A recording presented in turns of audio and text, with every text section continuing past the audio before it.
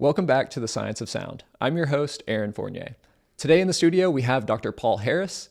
You've been a functional health practitioner for over 50 years, and you're known globally as the functional medicine detective. Thank you for being here.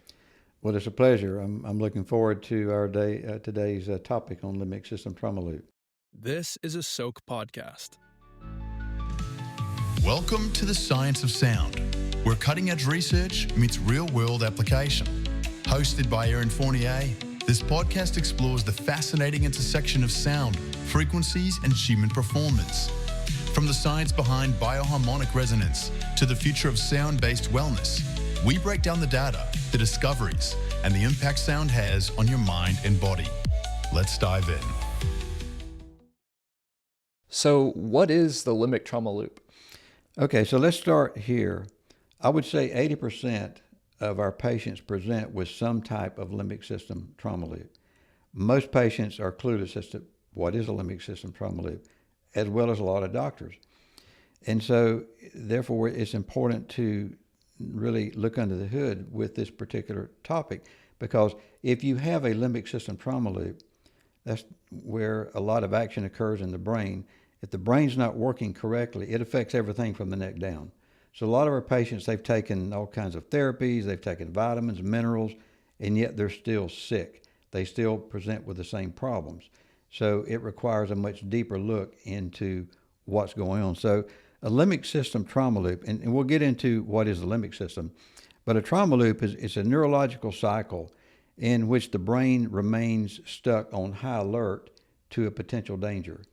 And even after the traumatic event or the danger is gone. So they're still acting as if they're running from the saber-toothed tiger.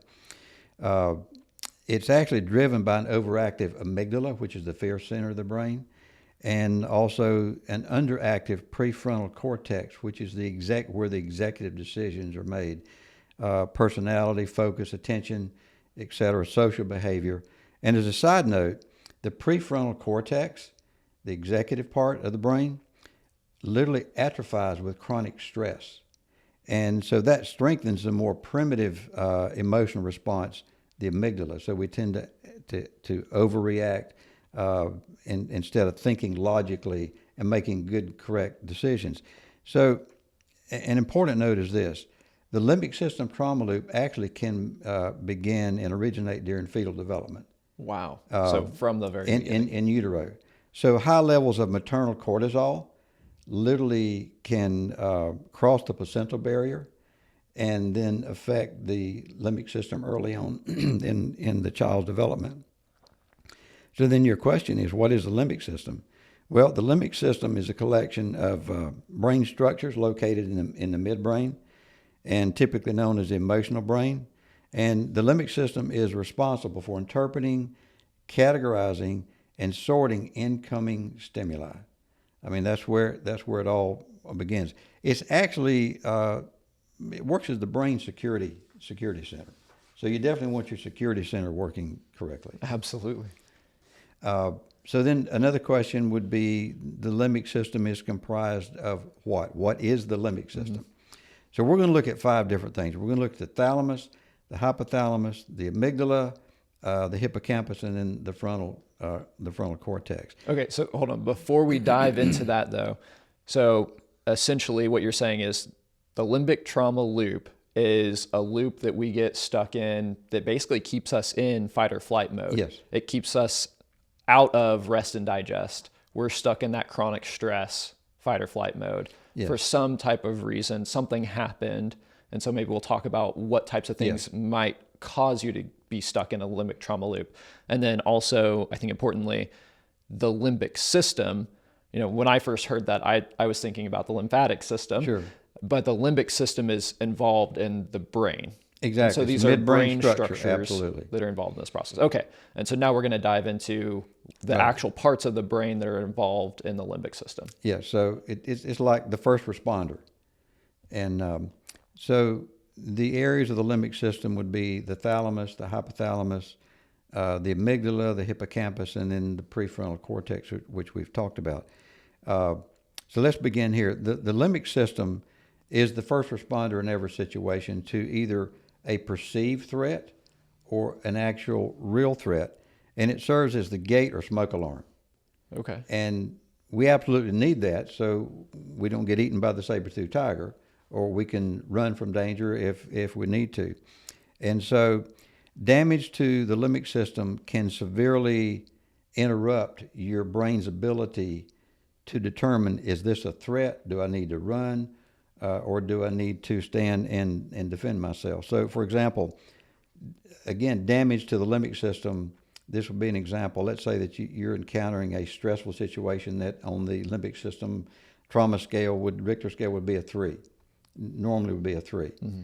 Well, if you have a damaged limbic system trauma loop, there's a misinterpretation, and the limbic system can misinterpret it and think, oh my God, it's a 7 or an 8. Okay. Or even a 10. Yeah. So it's like a hypervigilant, overactive response, which should warrant a 3, no big deal. But if you've got damage to your limbic system, it's, oh my God, this is a big deal. Yep. So you've got a drama queen limbic system, basically. Okay. So that's one example of how we might figure out if we are stuck. And yes. Yeah. Okay. Yes. So put it another way, the brain, as you stated earlier, it gets stuck in a state of chronic emergency. And this perpetuates illness, inflammation, and even a limbic system trauma loop. Now, the other thing it does, it also propagates the patient to remain in what we call cell defense mode.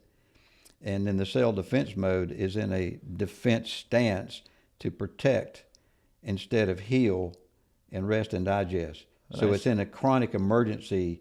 The emergency lights are on. And I see where that's going. That leads to autoimmune disease. Exactly. Okay. So that's some of the functions of the key regions in the hypothalamus. The limbic system, number one, would be the thalamus. Mm-hmm. And this is the basic function of the thalamus is to act as the brain's relay station for almost all sensory input. So things that you hear, taste, smell, etc. The thalamus is filtering this and then eliciting an appropriate response. So that's number one, the thalamus. And the hypothalamus is said to be, it's interesting, it's said to be the brain of the brain. Okay. And so the hypothalamus is the brain's main control center. And this is where it controls the autonomic nervous system, which we'll go into more detail later on. That's where you've got the sympathetic, parasympathetic. Mm-hmm. So what does the hypothalamus do? It's number two.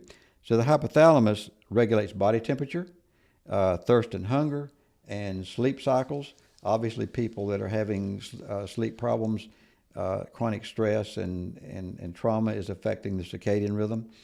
The hypothalamus also involves emotions and behavior and hormone releases, and it's a busy guy. So it's a very important part of the brain. Now, as a side note, long exposure to a viral infection or COVID, for example, or even Lyme's disease can trigger a limbic system trauma loop. So here's what happens. When we get exposed to a virus or bacterial infection, then it literally triggers an energy shutdown in the body. And this is caused helping the body fight the virus. And so the energy shutdown trips a circuit breaker in the brain or the hypothalamus. And this helps to keep the virus in check. So it lets the immune system get after what it needs to get after. Because it's taking and deal with it. Potential so it's energy shutting down the away energy. Exactly. From the body. Okay. Now, and the reason it does that is because viruses don't have an energy source. They don't have mitochondria. They don't have any way to obtain energy. And so what the virus does, it hijacks the mitochondria in the cell. Now, the mitochondria is the powerhouse or power grid of the cell. Right?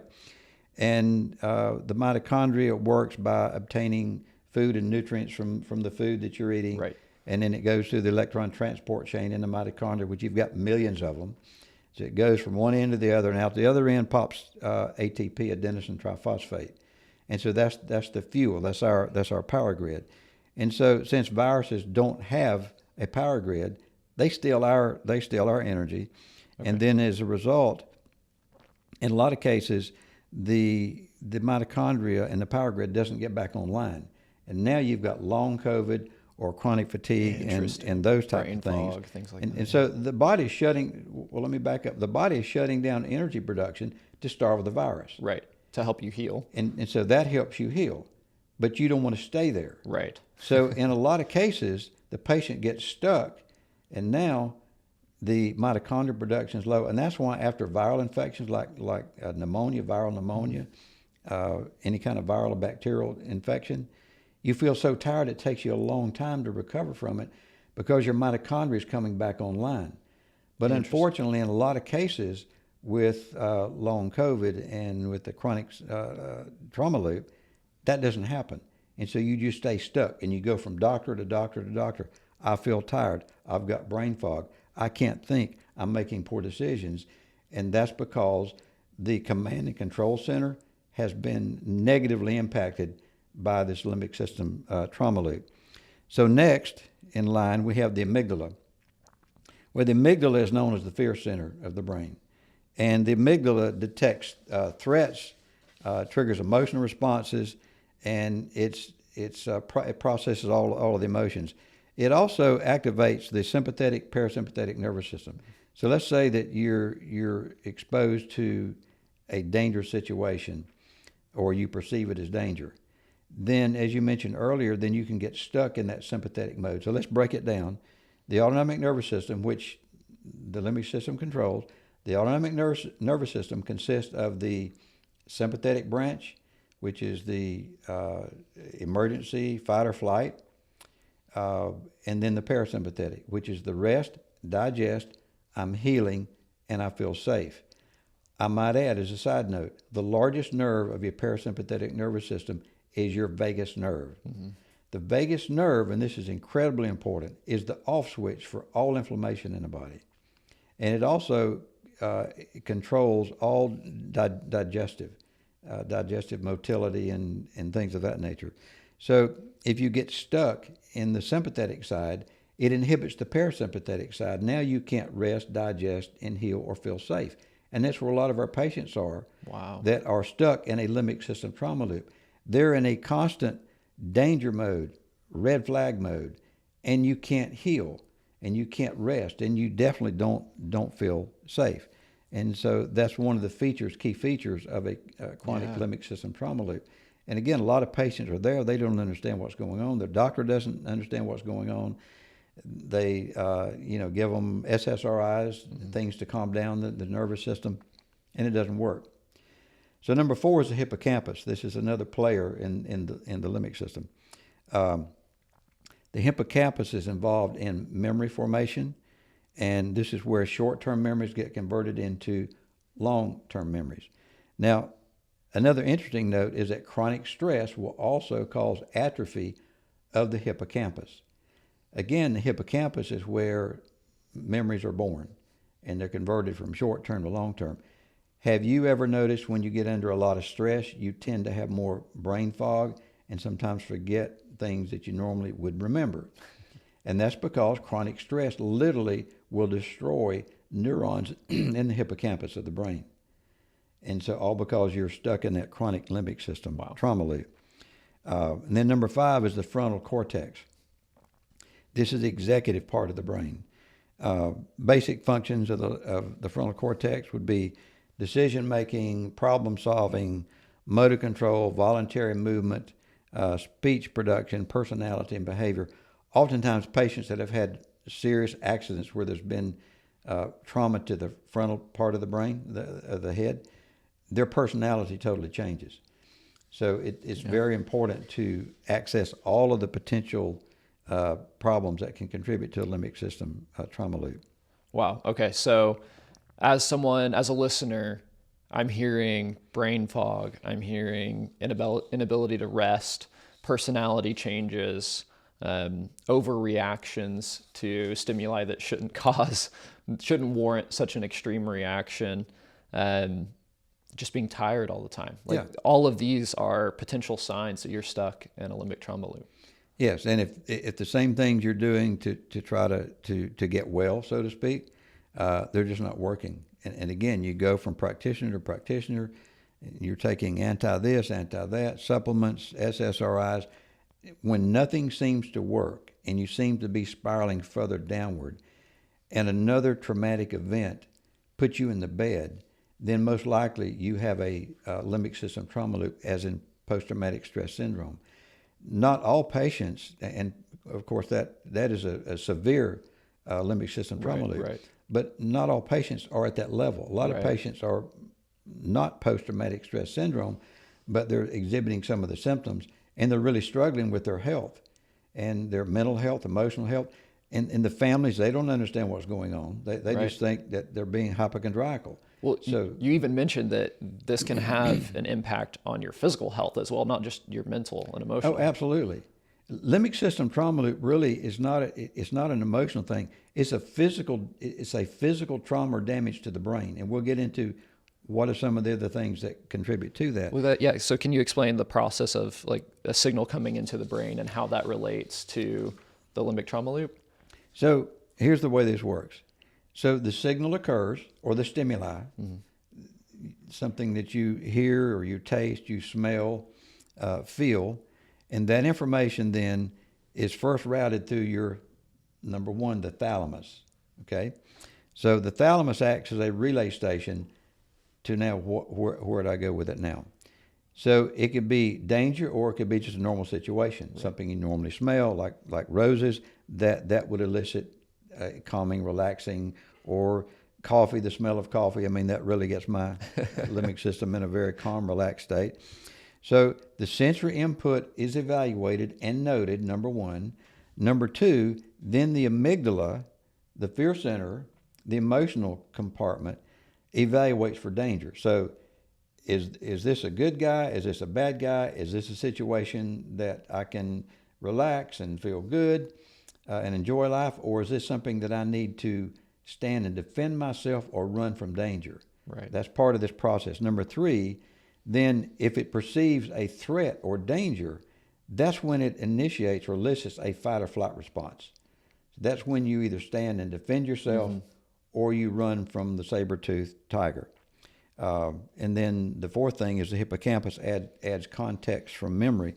So, for example, it can go back in memory and say, is this something that I've been there and done that before, and is something that's dangerous that I need to deal with, or is it something that is beneficial, relaxing, etc.? So the brain processes all of this, and it flips it to whatever side needs to be addressed. So it's either, relax, enjoy your day, or, oh my God, you need to run from danger, you need to call 911. Yeah. And sometimes it happens involuntary. You're not even aware that it happens.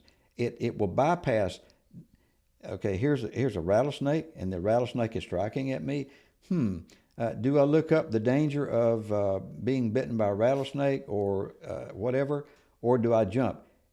When you jump, it's an automatic. You don't even think about it. It bypasses the frontal lobe of the brain, the logical processing, and it goes directly to, I'm getting out of here. And you just jump like that without even having to think about it. And you've probably experienced situations like that before. And so someone who's stuck in a limbic trauma loop may be having just those reactions without it can the be frontal cortex even being involved, right? Like exactly. There's no logic. It's just innate responses that are happening, which it could be part of the overreactions that are happening. Yes. Fascinating. Yeah. So you mentioned that some viruses, how viruses could, cause a limbic trauma loop. Can you talk a little bit more about that? And then also what are other ways that someone could get stuck in a limbic trauma loop? Okay. So, the question would be, how do we identify a limbic system trauma loop? Yeah. And so there's several ways to do that. Number one is psychological assessment. So if a person thinks, gee, I've got a problem, I'm overreacting to things, psychological assessment.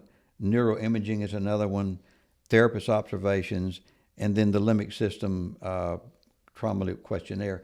If we have time, I can go over that questionnaire. Yeah, absolutely. And some of our individuals or people that are listening to this, they can say, maybe I need to have an evaluation. So this is a questionnaire that we use in our clinic. So I'm going to go through it rapidly because there's quite a few questions. So here we go. Do you suffer from brain fog or unexplained headaches? Do you suffer from low energy? Do you suffer from chronic joint pain or muscle pain? Do you find yourself constantly body checking for symptoms of pain or discomfort? Do you have a heightened sense of smell or taste?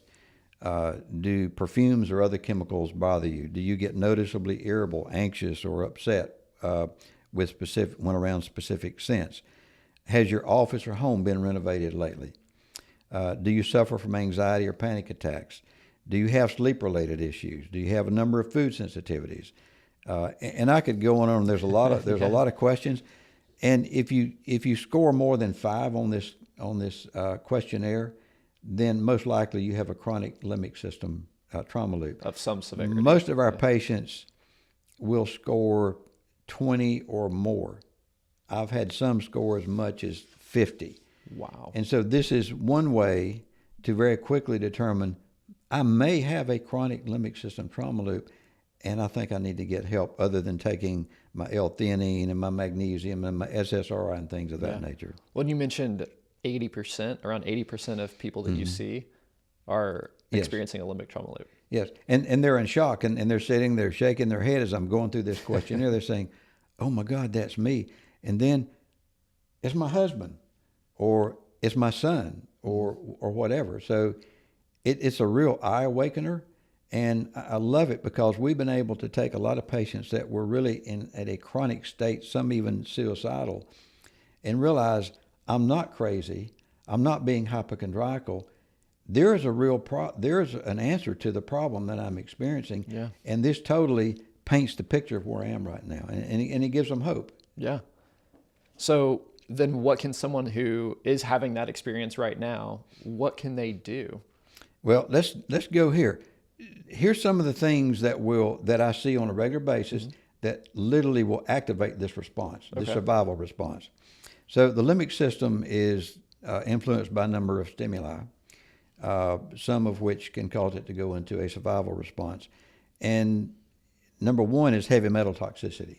Now, we actually have a test. It's called the mercury tri-test sample report, and it looks for inorganic mercury, organic mercury, cadmium, arsenic, lead, those types of things. Yes, this is one of the toxins that can trigger. It may not be an emotional issue. It may be that they worked around heavy metals, and so that is affecting the neurons in the brain and inhibiting the ability of the neurons to communicate with one another. It affects these toxic metals affect the cell membrane. Your cell membrane literally is the brains of the cell. It's not the nucleus of the cell. And so the cell membrane is where cell-to-cell communication occurs and where cell signaling occurs. And so the cell membrane needs to be fluid and flexible. And so if you've been exposed to toxic metals, mercury, cadmium, etc., it's going to affect the cell membrane, and then that in turn is going to affect the cell's ability to talk to one another. And these heavy metals can get embedded in the cell membrane itself. The cell membrane is 50% protein and 50% fat. And so this is the most accurate assessment, is part of my limbic system trauma loop due to exposure to heavy metals. And then another one is chemical, fungus, and mold. We have a test. It's the gold standard of accuracy in the lab industry, and it's called the total tox. This, for example, measures heavy metals, but also mycotoxins or mold, like black mold. A lot of people are exposed to mold, and they're not even aware of it. And so these are tests that are done by running blood samples? These are by blood and urine. Now I've got another chart that's interesting with mold, because mold, basically you smell mold, and the mold or mycotoxin attaches to the olfactory nerve, cranial nerve 1, to the olfactory nerve, and then it migrates to the olfactory bulb, and the olfactory bulb plugs into the hippocampus of your brain. Cranial nerve 1 is the only pair of cranial nerves that plugs directly into your brain. Out of the 12, this is the one that plugs directly into your brain, specifically the hippocampus. So if you recall, if the hippocampus is where short-term memories get converted into long-term memories and is part of the memory center, then if you're exposed to mycotoxins, and I see this on a regular basis, then as a result, it's going to contribute to brain fog because it elicits neuroinflammation in the brain, causing brain fog. As a matter of fact, it's becoming one of the hallmarks of Alzheimer's. Interesting. because it's inflaming the hippocampal region of the brain. So this particular test, again, looks at heavy metals, mycotoxins, also environmental chemicals, the area, the job I'm in, I'm being exposed to these kinds of chemicals. These are all things that propagate chronic inflammation and neuroinflammation. It's just like cardiovascular disease. The pathogenesis of cardiovascular disease is not cholesterol. It's basically an inflammatory lesion in the intima of the artery itself. So the main cause of most chronic degenerative disease, Aaron, is chronic inflammation, not inflammation, chronic inflammation, because the off switch hasn't been flipped and the reset button has never been hit. Right. Never been hit. Yeah. So it's the same thing with a limbic system trauma loop. Yeah, we all get exposed to trauma. We react accordingly like we're supposed to, but in many cases, the foot remains stuck on the accelerator and you're still acting 3 years later, 5 years later, like you're still being chased by the saber-toothed tiger. Wow. And then, of course, viruses and bacteria also affect this as well. Another stimuli that affects the brain is EMF and cell phone radiation. And we also have an article, and it shows a picture of the brain with the cell phone on and the cell phone off. And there's a significant difference in the red and yellow areas of the brain where the cell phone is on versus off. And that's showing hyperactivity or and inflammation, or what is it? It shows inflammation. Now, the danger here is with young kids that spend so much time on their cell phone. While the brain is still developing. Because the skull is not as thick and it's more easily damaged through the exposure of EMF radiation and those types of things. But spending too much time on the cell phone is not good at all. As a matter of fact, if you're spending too much time at night on your cell phone, it will actually, through the blue light, it will stimulate an uptick of your cortisol levels, and that upsets your circadian rhythm.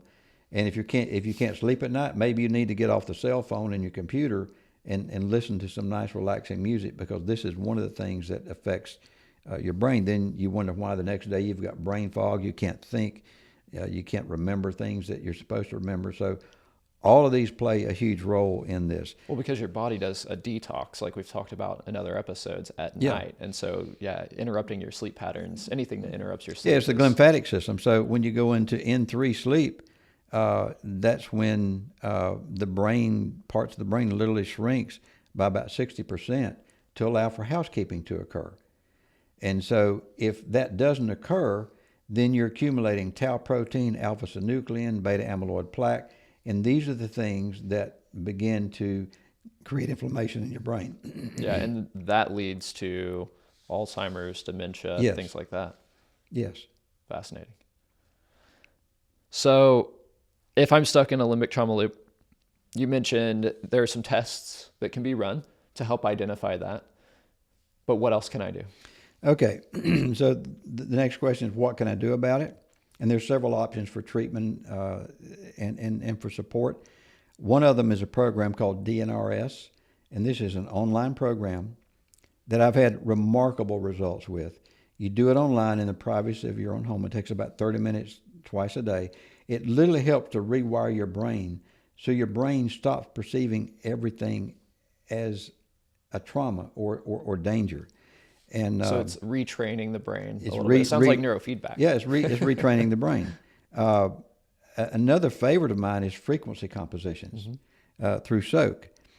My favorite compositions, especially with the limbic system trauma loop, would be anti-anxiety. That's an awesome, one of my favorites. Sleep well is another one. Depression relief is another one. Stress relief is another one. So this is a gentle way to act as an adjunct to support the therapeutic approach and the actionable approach to deal with the trauma loop. Yeah. I think it's very important because it's very subtle, it's very gentle, and it helps to increase the coherence in a disturbed brain where there's a trauma loop issue and you're jumping from one thing to the next in terms of, is this a danger, is it not a danger, I'm confused. Another one is somatic therapy, and this is therapy for trauma. It's a body-centered approach that helps people release and resolve stored trauma, and that's a great technique as well. And then vagal nerve exercises. One of the things that I do for to calm my vagus nerve down, I'll take a cold shower for 2 minutes. Okay. You're taking your regular hot, warm shower, relaxing, and then you flip the cold water on, and it will wake you up. But it also helps to exercise your vagus nerve. Gargling is another great way to exercise your vagus nerve. Gargling to the point where you've got tears in your eyes. Another one is humming. It's a great way. Even in circles of neuroscience, they recommend humming to activate the vagus nerve, because if your vagus nerve is inhibited, then your fight or flight remains in charge. Right. So these are ways to hit the reset button. Exactly. Another one that our Soaak clinic also does is the EMDR, which is eye movement desensitization reprocessing. So these are all tools that are absolutely essential for getting back on track. And back to the DNRS, I had a patient, and this is amazing how this works. I had a patient that was extremely allergic to cashews. I mean, to the point where she carried an EpiPen with her. Mm-hmm. And so after about 6 weeks of doing the DNRS and also the frequency combinations, she came in one day for a follow-up visit, and she was all excited, and she said, "You're not going to believe what happened." Well, in my world, I never know what kind of situation I'm going to hear about. And she said, "I inadvertently ate some cashews, and I held my breath. I kept waiting for that reaction." She said, "I had zero reaction." And so again, this is a physical thing. Right. And it impacted the immune system and calmed the immune system down, because if you're stuck in a limbic system trauma loop and you're sympathetic dominant, you're in a cell defense mode. And that basically means that you are perpetually running from a saber-toothed tiger, running from danger. And so those resources that you need for healing, like in the parasympathetic nervous system, I'm resting, I'm digesting, I'm relaxing, I'm healing, I feel safe. Those energies are going toward running from a saber-toothed tiger that is non-existent, because your brain is stuck in that loop thinking it's still there. That's the beauty of this. You get your brain thinking right, and you get your wires are crossed, you get the wires all connected, working correctly. That's when you see some miraculous things happen. And that's one of the reasons I keep doing what I'm doing, because we deal with cases that, they don't know doctors don't know what to do with them, and they just move them on down the road. Well, and that's in this instance, instead of the saber-toothed tiger, it was her body stuck in a fight or flight mode that was fighting against cashews, that saw cashews as the saber-toothed tiger. Yeah, so the brain gets confused as to what's dangerous, what's beneficial, and that's where you have a damaged limbic system itself, and that's why it's essential to do these kinds of tests to determine, okay, what's the hottest fire here? What's the most significant trigger that I need to address? And it has a beautiful effect. I've seen relationships restored because, the husband or the wife thought, "I married somebody that's crazy. This guy or this girl, she's just going off the rails. And hypochondriacal, there's really nothing wrong with you, because I've been to 5 doctors and they're telling me, well, there's nothing wrong with you, take an antidepressant." Yeah. And then when we start looking under the hood, I've seen people literally in tears because we're giving them answers. Right. Because you spend enough time. You look under the hood. You don't just walk around the car and kick the tires. You look under the hood, take time. We take an hour and a half with new patients. You take time to figure these things out. So if there was one thing that you wanted a listener to take away from this conversation, what would that be? That would be hope. There absolutely is hope. If you're in a situation where you are chronically ill, there's no logical explanation. Your lab test, what I call the kindergarten lab test, are all normal. You need further evaluation to determine, well, maybe I'm in a limbic system trauma loop. Maybe it's my brain overreacting and giving false messages. And so the one word that I would say, yes, absolutely, there's hope. Love that. And so how can someone connect with you? they can call our office 918-551-6600 and talk to Debbie or Stephanie, and they can give you the specifics on that. And part of the process would be going through the limbic system trauma loop questionnaire to determine if that's what you're dealing with. Fascinating. I love it. Thank you so much for being here and for sharing all this information with us. I enjoyed it myself. And in the comments also, please let us know what you'd like to hear about next. And then finally, if you enjoyed this episode, please hit like and subscribe. That's what really helps us out. I appreciate it so much. Thanks for being here. You've been listening to The Science of Sound with Aaron Fournier. If you found today's conversation insightful, be sure to subscribe and leave a review. For more resources on frequency-based wellness, follow along at Soaak Podcast. Until next time, keep listening, keep learning, and stay in tune with the science of sound.